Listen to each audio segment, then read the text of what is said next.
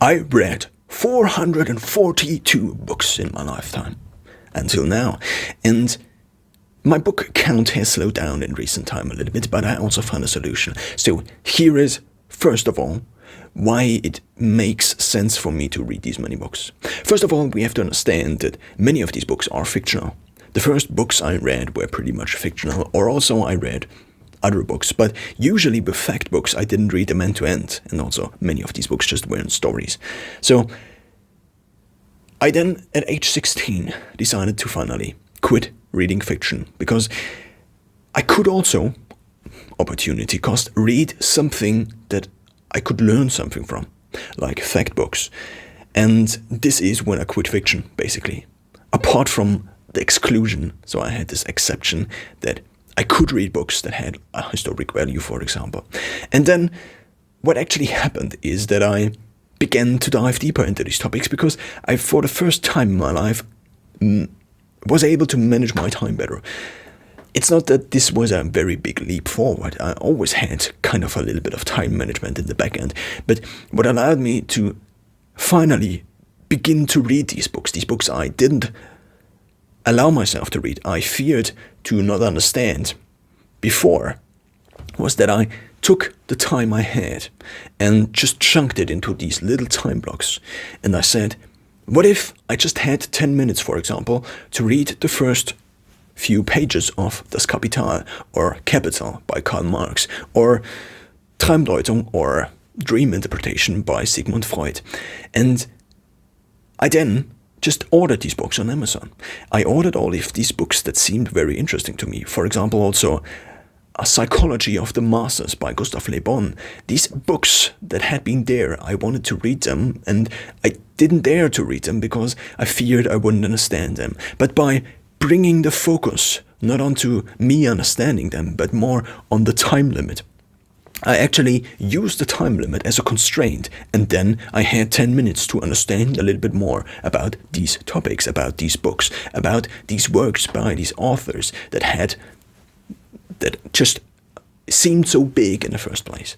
So I began this in the final years of my school, basically high school, you could say, before I started, basically in the last years of high school, you could say, before I got my A levels. And what I realized is that with this approach of often reading 10 minutes a book a day, and then maybe another 10 minutes and another 10 minutes. But in the beginning it was, I think, like around 20 minutes a day. And I could choose whatever book I wanted to read out of 10 books. So this is another concept I had at this time. What if instead of reading this one book, and sometimes this one book didn't interest me, what if I just took 10 books and read them at the same time? Of course, this happened organically, but what the takeaway is you don't have to finish books if you start them. You don't have to read every single day on one book, but you can just change the books. Nobody says you have to read a book from back to back, even though I, for myself, decided I would count a book if I read 80% of the pages, of the page count, basically. And when it comes to audiobooks, of course, 80% of the time. But what this finally allowed me to do is to dive into these works of these big thinkers. And I began to read. And then after days, after weeks, after months, I finished the first books. And then I had read Das Kapital, or I had read the Traumdeutung, or the Dream Interpretation by Sigmund Freud. And then book after book after book, it was just, oh yeah, I finished this book, and I finished this book, and then I finished this book. It was not that before, these fictional books are similar to movies, I think. And I had already in my childhood this urge whenever I did something that was not the best I could do, that I just felt shitty about it. When I, for example, played computer games, I tried them a few times. I also played a little bit of computer games in my childhood and in my teenage years, but very, very little. Because every time I played these things, and then after an hour you come out and you, first of all, feel like shit, because you just wasted time, and second of all, you realize that you could have spent your time otherwise. And this was something that never went out, so I began to associate the negative effects of these things with the things itself, with the action itself, with playing the computer games itself. And with fictional stories, I think it's similar. Of course, in the beginning, when you are beginning to read, when you are expanding your vocabulary in your mother tongue or even in a foreign language, of course reading is something that makes sense, but reading fictional stories is something that makes sense. But in order to just learn more, in order to just expand your knowledge, it just makes sense to then, at a certain point in time, go into fact books, into things about the world that actually surrounds us, instead of fictional stories that are just a heightened version of the reality around us. Because reality can also be interesting, but if you have something that is heightened and you compare it to something that is just the real world, then what often happens is that these stories are there for a reason. Stories are there because sometimes reality is just too big to grasp, too complex to grasp. This is the reason, of course, nowadays there is a cult about Elon Musk, about the person Elon Musk, but 10 years ago nobody was interested in Elon Musk, for example, because he seemed like a nerd that didn't do anything apart from maybe inventing Tesla. Not inventing Tesla, but building Tesla together with other people. But now the idea is this: fictional stories, just like junk food. I mean, fictional stories are nice and they make us understand the world a little bit better. But fictional stories usually heighten the reality, or usually a heightened version of reality, because reality often is too hard to understand, often does not have these very distinct points in time where the actor then decides, or the protagonist decides that she makes or he makes this one change that would change the lives of his and her or everybody around him forever. And therefore, I decided to quit fiction. And then what I realized, I began to become more interested in actual reality itself, in the facts, in the science, in all these different topics science actually offers. So then I switched to fact books entirely. I cannot actually pin it down. I think it was around 16, 17 or 18 when I decided to finally quit. Before, I actually quit fiction already, kind of, because I just didn't have the time anymore to just indulge myself in basically entertainment, because there were so many other things I had to do, like learning the guitar, learning the piano, also doing things for school, meeting friends, and just things like these. So I decided to quit basically fiction. And this was then when I had this period where I also increased or improved my time management, when I began to read the first big fact books, or books about reality, you could say, that are just not fiction. And before this, I think I had a book count of 100 to 250 to 300 probably. And then I added the first layer of actual books about the real world, probably in between 50 to 100 books I actually read. And then something else happened, something I wanted to happen already, but it just didn't happen to this point in time. And what happened is that audiobooks actually became more and more available. And also I just began to understand English better and better. My English got better and better. Not really my spoken English, but just my understanding of the language English. So what I also could do now is just listen to all of the English versions of audiobooks. And audiobooks now are something, when it comes to reading or when it comes to consuming books, are something that levels your whole consumer experience to a new level. And here is why.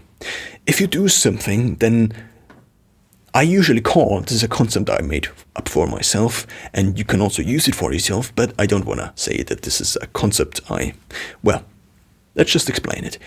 If you do something and you have to do this one thing at this particular time, for example, in the night you sleep. And when sleeping, of course you are dreaming, but the primary activity, sometimes you are dreaming. Most of the times you are dreaming in the REM phases of sleep, and you just cannot remember. This is the reason you sometimes think you don't dream. But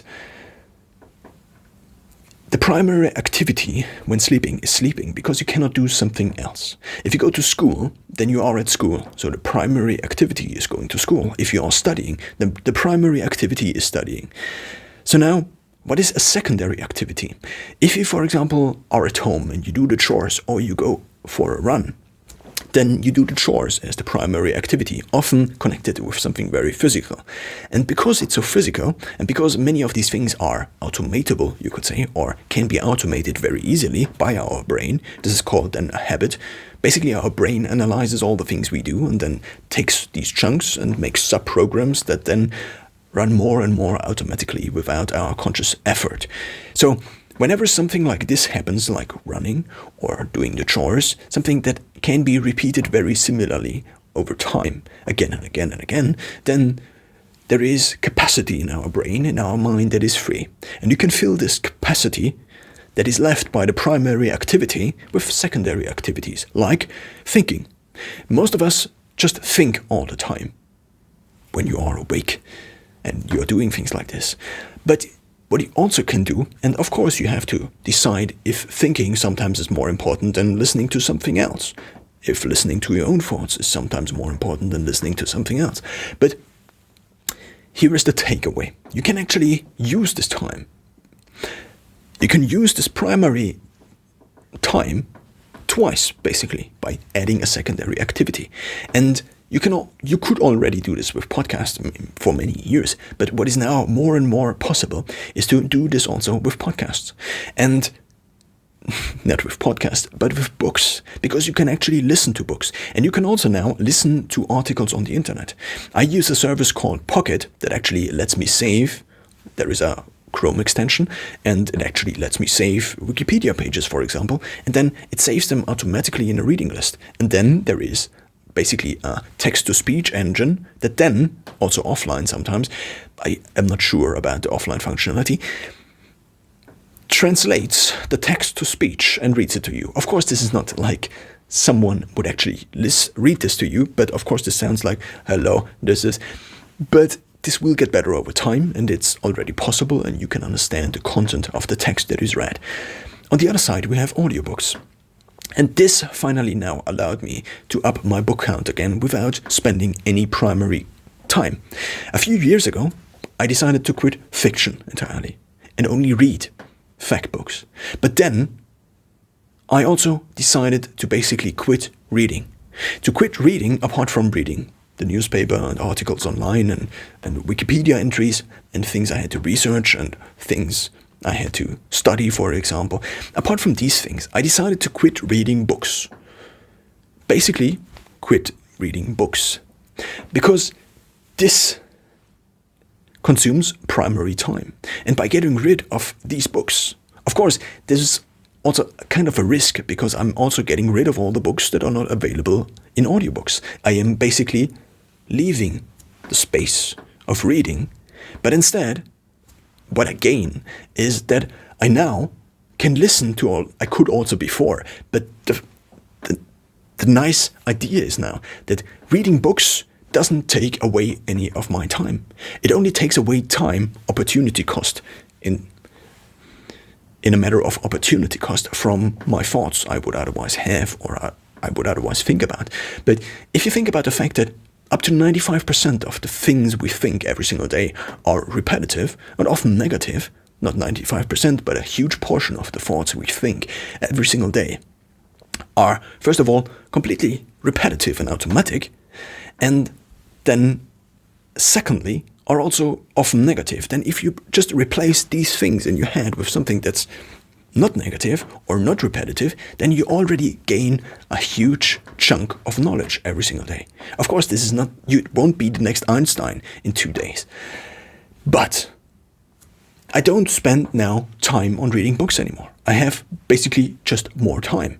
I don't have to spend time. I also don't have to think about reading anymore, because I just don't do it. I decided to not do it anymore, and therefore I just quit reading. I just quit reading books. But still, these books are all in my life, and still I can listen to all of these books that are available as audiobooks, and this allows me to expand my knowledge, to widen my horizon, or to broaden my horizon, by not even spending time on it. And this finally allowed me now to reach, at this point in time, 442 books. Here is now a small notice on how I actually count the books. I already said that I only count books I read to 80%, or I consumed or listened to 80%. If I quit a book before, then I just don't count it, because then it's just not read. But 80% Pareto rule seems like something that made sense, because sometimes you just don't want to finish a book. sometimes it just doesn't make sense, but then you get to 80% and then it's done. Most of audiobooks I actually finish, but now, this was about the length of reading, you could say. Now about the format. I pretty much counted everything that is available as a book. A newspaper, for example, doesn't count as a book. Something that is this thick and is a magazine and is about one particular topic, I sometimes count it as a book. If it was like I had this financial, you could say, what it is, what is it? It was like a notebook. It was like this thick, not really a notebook, but it was like a book. DIN A4, and it was about one topic about financial product actually. And I count this, for example, as a book. I don't count Donald Duck things or comics as a book. I only count books as a book that you can basically grab and then you say, oh yeah, this is a book, obviously. I mean, you have to make a distinction and you have to find the distinction for yourself, but I think it made the most sense to just count everything as a book. You would also commonly assume it was a book.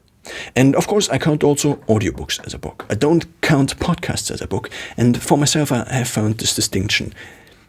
It is as follows.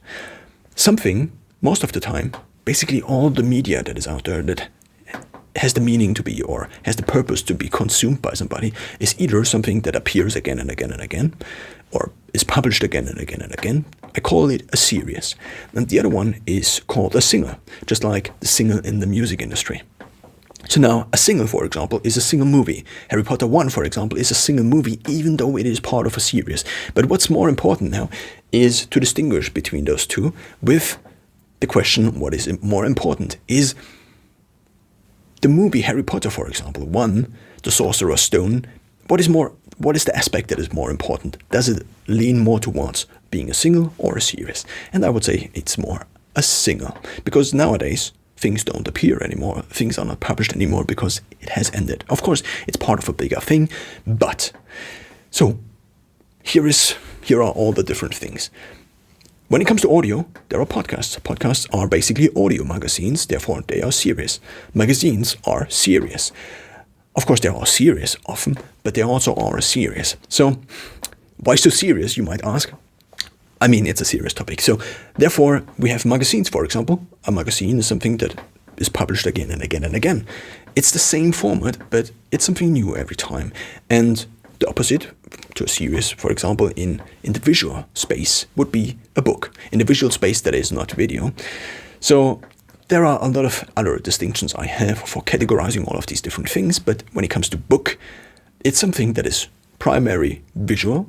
It's something that is a single and not a series. It's not a podcast, it's not a magazine, it's not a blog.